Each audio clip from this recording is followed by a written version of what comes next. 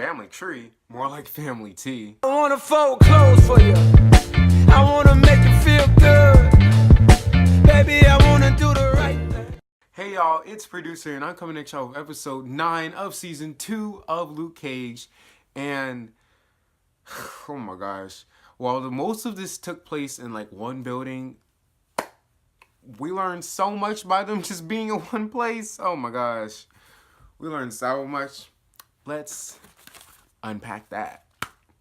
So they go into Danny's old building, Rand Industries or something, some building, and everyone's scared. I'm like, oh my gosh, what's gonna happen? Bushwhack's gonna go get us.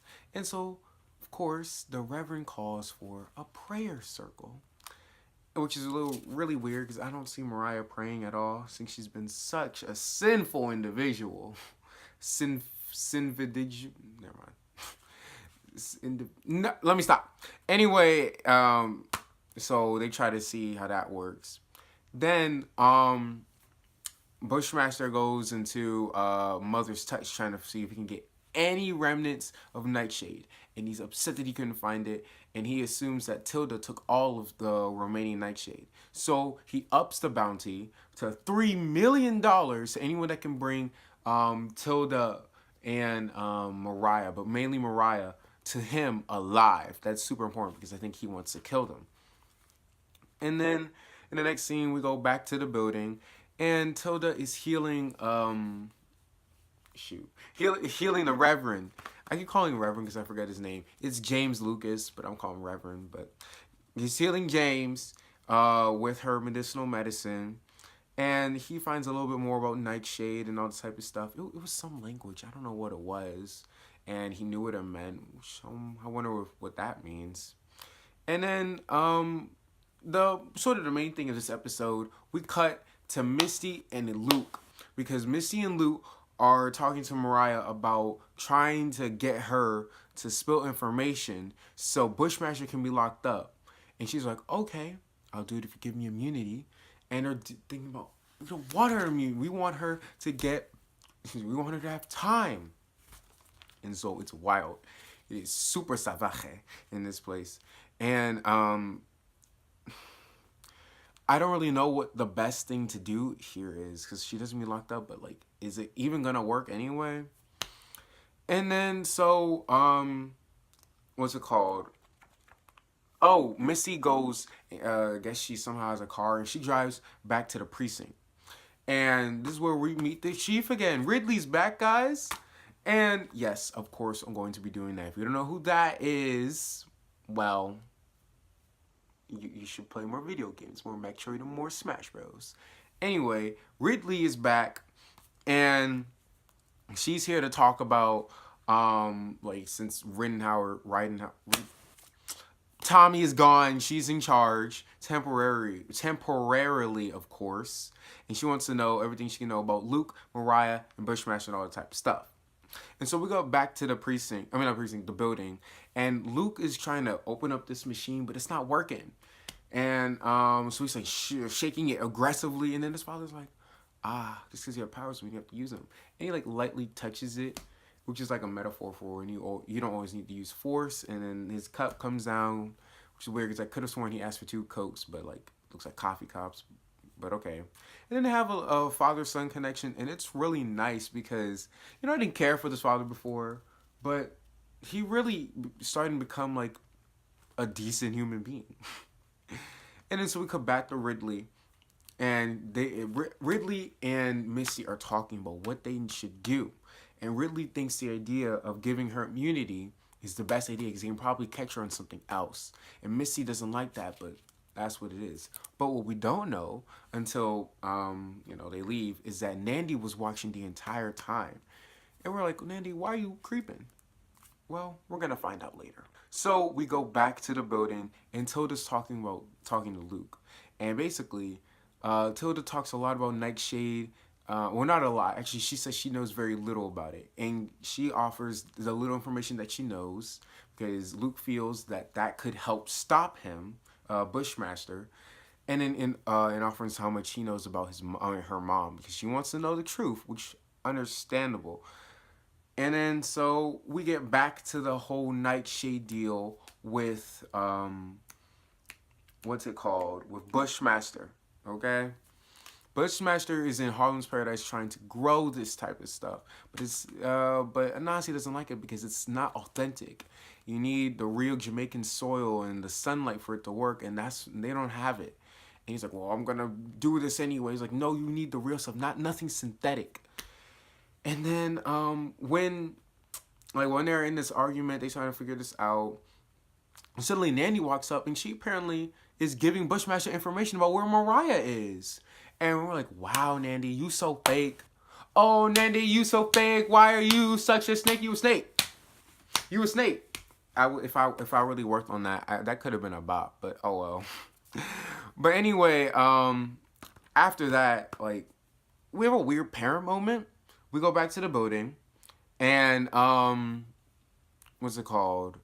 Mariah is talking to James about parenthood and their children and everything, and it sort of like humanizes Mariah and the dad. And we're like, okay, Reverend James, you are becoming a lot more respectable human being. But as soon as I start caring for Mariah, she of course steals his phone so she can call Shades, but Shades ain't picking it up, probably because it's a random number, and he's a criminal. He can't be picking up random numbers. But it's interesting because he was in Gwen's. Foreshadowing, I guess. I wonder why he's there. And then, we get to like the bulk of this episode because Tilda confronts her mom about the truth. And she's like, I want to know everything. Did you kill Cornell? And that spilled a whole bunch. So she was like, well, I killed Cornell because he loved Uncle Pete more than he loved Uncle Pete more than he loved me. And she was like, why does that matter? Well, she gave this whole story about how people didn't treat her right, and she got people called her Black Mariah because she was so dark and they were so mean, which is interesting because Black Mariah is her name in the comics. Nice reference. But Uncle Pete, let me not call him Uncle Pete, Pistol Pete, because Uncle Pete is my Pete, okay? Even though I can call him Tio Pedrito, y'all ain't taking Uncle Pete. So Pistol Pete, that's his name. Pistol Pete was a little too nice to her, and he complimented herself, but then he snuck into her bedroom, and she kept saying how she didn't want it. And I guess her grandmother was super religious, Mama Mabel, because she said no abortions. Oh, yeah. Why is she bringing this up? Because Tilda was like, oh, you're so upset that I didn't get my father's light eyes and skin. And she's like, oh, no, hunty, that's not your father. Well, Pistol Pete is her father. Yikes. Incest. And I was really feeling for Tilda. Like, she felt like she just kept getting stabbed with every truth. And she asked for the truth, but god dang. This is so horrible. And then Mariah was like, and I tried to love you, but I can't. Because every time I look into you, I see Pistol Pete's face. And I was like, oh my gosh. But she started calling her a monster, I guess because she doesn't love her and everything. But, I mean, not really. She's a monster for a lot of things, but she didn't want to get raped. But dang, that was a lot. Oh, and another thing too, her dad that she really thought was her dad. Now, she was a fatherly figure, but there wasn't really a dad. See, the thing is, the dad's gay, so he wouldn't even want to be with Mariah. And then when she said that, I was like, y'all doing way too much. So much tea. So the police pull up at Paradise trying to punish...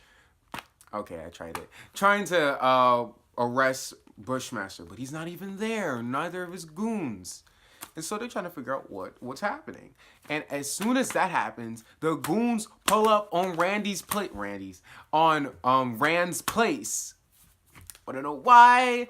Because Nandi tipped them off as to where Bushmaster, where everyone was hiding. And so he has a proposition. And it's weird because while he pulled up, there's like a reggae song, and it's talking about Bushmaster. And I'm like, wait a second, is Bushmaster a double meaning? Does it have a different meaning in Jamaican patois? And it's also a snake? That'd be wild. But anyway, Bushmaster has a proposition. He's like, you give me Mariah, that's all I want, and I let your father Alexia, let me stop. I can't do it. I let your father, you, and Misty all go free. I guess he doesn't really care about Tilda. He makes this claim, even though it's interesting because they're trying to figure out how did they know where they were. Well, Luke is a better person than Mariah, so he doesn't offer her up, and so they have to fight everyone, and everything breaks loose. Luke and Bushmaster have the brawl that we deserve, okay? And he actually wins. No cheats, no studying, nothing. Oh, just a regular fist fight. I mean, they sort of had like poles to use. He had a bat. Luke had a pole, but like, point is, Luke won, okay, fair and square. And Luke tried to, he hit that paralyzed powder away. Oh, I mean, not paralyzed powder, that stun spore away. And that didn't even work. I mean, and it was going away. So, and then Misty, for melee, she fighting everyone. She's like, wha, wha, wha, wha, wha, with her robotic arm and melee and skills and all this type of stuff. And Mariah found a gun. And so she's shooting everybody she see on sight. Wow, I didn't realize that was a tongue twister. She's shooting everybody she see on sight. Okay. But yeah, so basically they win and everyone's pretty much handcuffed. And then we have a nice touching moment with Luke and his father. And it is so nice. Like I was like, you're a good dad. You actually look like a good dad. You're like, I love you and everything, and you've grown so much. And he apologizes and all. I'm like, yes, you're becoming a respectable human being. And then they hug and all. And then Bushmaster's in this police car. And he's driving off. He's giving us some Jamaican history about Queen Annie and the Maroons. I know about that because, like I said, I'm the king of Black history. Or I shouldn't even say Black history because I don't know too much international Black history. But, I know that, though. Anyway, he's giving history about that. And he also said that the Maroons put their opponents' heads on spikes to to show notice. So I'm like, is that why y'all always decapitate people? And then he sticks the middle finger up, and then he explodes the car, and he of course escapes. And I was like, God dang it!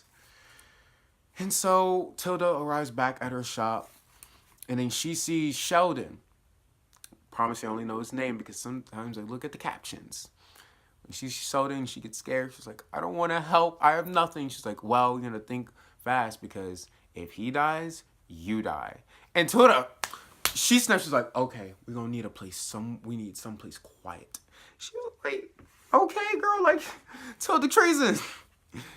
And I guess since they're kidnapping Tilda, well, it only makes sense that the episode ended off with Mariah and her goons kidnapping Anansi. Well, this episode was a lot.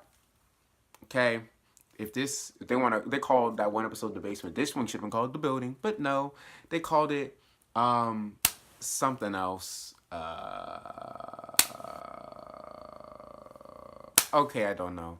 I was hoping it would come to me. I keep thinking of the 10th episode because that's the one I just watched, but I can't think of it. Oh, for Pete's sake, as in Pistol Pete, for Pete's sake, that's a wild title. Wild title. Y'all messy for that. Anyway, thank y'all so much for watching. We're almost there, guys. And I think I got some special for y'all when I'm finished. Anyway, thank y'all so much for watching, and I'll see y'all whenever. You ain't talking money, it's something I don't care about. Black and money minded, they call me a low, let me out. Beyond cloud, I put a rest to the naysay. I only know getting money, my only attack is